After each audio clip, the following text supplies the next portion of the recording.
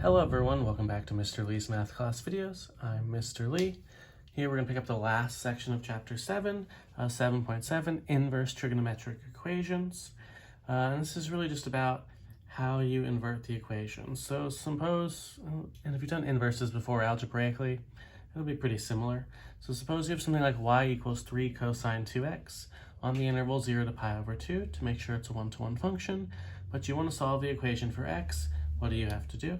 You're really unwrapping x in this way, so you'll isolate the trig function by dividing by 3. So y over 3 equals the cosine of 2x. To undo cosine, you'll have to take the cosine inverse of both sides, or arc cosine. So the cosine inverse of y over 3 equals the cosine inverse of the cosine of 2x. Because cosine inverse and cosine are inverse operations over this interval, you'll end up with cosine inverse of y over 3 equals 2x. And then to solve for x, you just divide by 2, or you can write it as 1/2 times the cosine inverse of y over 3 equals x. So you can very easily solve these things for x. X represents an angle to produce a ratio. Cosine inverse will take a ratio, go back to an angle, so that's pretty normal. Because we have an inverse function, the domain and range of the original have been flipped, which means the 0 to pi over 2 was the domain. Now it's the range. The original range of this function was, well, what happens to cosine 2x on this interval? It goes from 2 times 0, which is 1, to 2 times pi over 2, which is pi.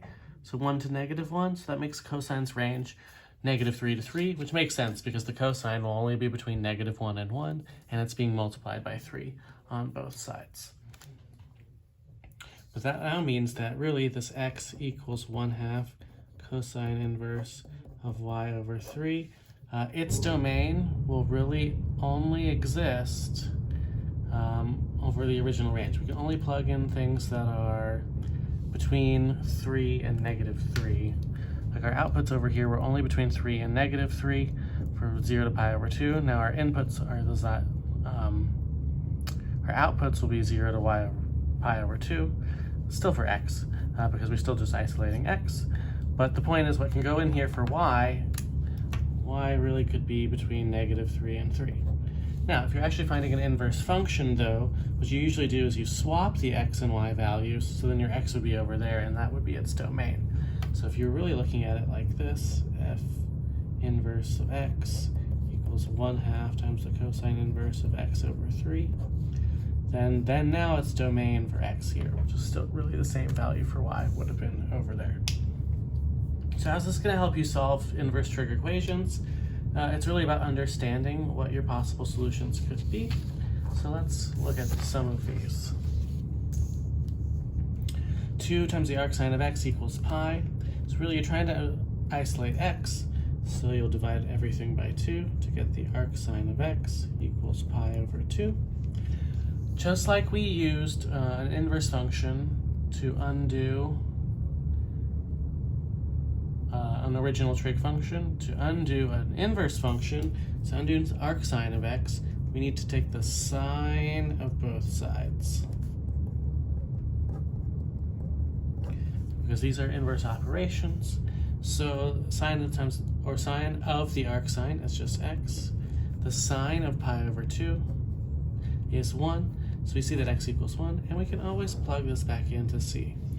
2 times the arcsine of 1 equals pi. Well, the arcsine of 1 is pi over 2. 2 times pi over 2 is pi, so it does work.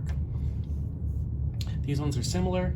To get x by itself, we'll take the cosine of both sides. Cosine of the cosine inverse of x equals the cosine of the sine inverse of 1/2. On the left side, those two will undo each other, so x is the cosine of the sine inverse of 1/2. And this will take us back to those trig and inverse trig functions that we were dealing with. These are the ones where you draw your triangle, and you say theta equals the sine inverse of 1/2, which means sine of this angle is 1/2, so opposite over hypotenuse is 1 over 2, which leaves this as √3. It has to be in the first quadrant, because that's the only quadrant that sine inverse of a positive can produce. So we'll get x is the cosine of this theta, but the cosine of this theta is adjacent over hypotenuse, so x is root 3 over 2. Can you plug this back in? Absolutely. Because the cosine inverse of root 3 over 2, if you think of that angle, will be a 30-degree angle or pi over 6, and the sine inverse of 1/2 is also 30-degree angle or pi over 6 in this case because it's x. So it does show that it works. Solve the following equations for x on the restricted interval. Really, you're just trying to get x by itself like we did on the first page. So I'm going to do A and I'll leave B for you to do. So multiply both sides by 2. 2y equals the cotangent of 3x. To undo the cotangent of 3x on both sides, we'll have to take the cotangent inverse. Though you don't use the cotangent inverse, say, on a calculator, because there is no cotangent inverse button, you still can do it for functions. So we'll have the cotangent inverse of 2y. The cotangent inverse of the cotangent will produce the 3x. And then we'll divide everything by 3. So I'm going to write x on the left. X is 1/3 times the cotangent inverse of 2y. Not too bad in general, what we're doing here. We've got one last page. Besides B for you to do. So solve each equation for exact solutions. So 4/3 times the cosine inverse of x over 4 equals pi. So again, to get x by itself, we'll divide both sides by 4/3, which really is like multiplying by 3/4. So we'll get the cosine inverse of x over 4 equals 3 pi over 4. Take the cosine of both sides. The cosine of the cosine inverse of x over 4 equals the cosine of 3 pi over 4. On the left side, the cosine inverse and cosine, they're inverses, so they will undo each other. On the right side, the cosine of 3 pi over 4, so that's our pi over 4, so it's a root 2 over 2, but in the second quadrant, so it's negative root 2 over 2. Multiply by 4, so you get x equals what? Negative 2 root 2, because the 4 over 2 will reduce to 2. Now, let's see and make sure this works when we plug it in. So is 4/3 times the cosine inverse of x, which is now negative 2 root 2 over 4, equal to pi? The cosine inverse, this will reduce to 4/3 times the cosine inverse of root 2, negative root 2 over 2. Is that pi? The cosine inverse of negative root 2 over 2, cosine inverse will only produce first quadrant and second quadrant answers. So this will be in the second quadrant because it's negative, and it will be that 3 pi over 4. And 4/3 times 3 pi over 4 is pi. So you can, of course, plug it back in and check. And finally, B is similar to some of the ones we did on the front, but we'll go ahead and knock it out. We'll take the tangent of both sides. So x is the tangent of the arc cosine of 5/13.